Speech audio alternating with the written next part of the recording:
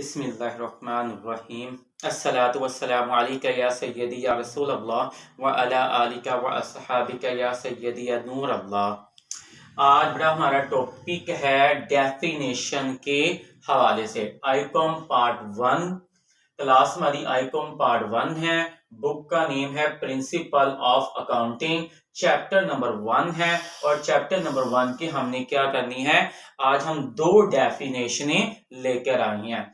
और डेफिनेशन आपने लिखनी किस तरह है, इंग्लिश में अगर लिखेंगे तो उसके कितने नंबर आएंगे, उर्दू में लिखेंगे तो उसके कितने नंबर आएंगे, अगर हम उर्दू और इंग्लिश में लिखेंगे तो तब कितने नंबर आएंगे, इसी के मुतालिक आज हमने ये बातचीत करनी है।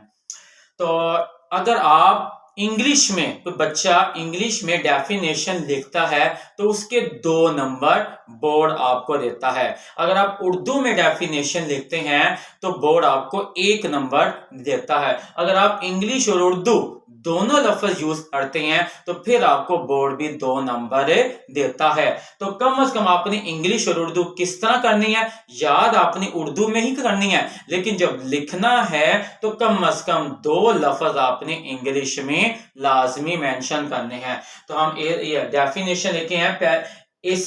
एसड क्या होता है, कारोबार की कीमती अशिया को हम क्या कहते हैं, एसड कहते हैं। एसड को उर्दू में क्या कहते हैं, असासा जात, कि कारोबार की कीमती अशिया को हम क्या कहते हैं, एसड कहते हैं। जैसे कि फर्नीचर हो गया, मशीनरी हो गया, बिल्डिंग हो गया, लैपटॉप हो गया, कंप्यूटर हो गया, ये कारोबार की क्या है, कीमती अशिया है। अब आपने इसको लिखना किस तरह है, देखिए मैंने इसे 2 लफ्ज इंग्लिश में लिखे हैं, बकाया मैंने उर्दू में मेंशन ये है कि बिजनेस की कीमती अशिया को एसेट्स कहते हैं। अगर आप इस तरह करते हैं तो देखिए 2 लफ्ज इंग्लिश में आ गए और बकाया उर्दू में, तो तब जाके आपको 2 नंबर मिलते हैं।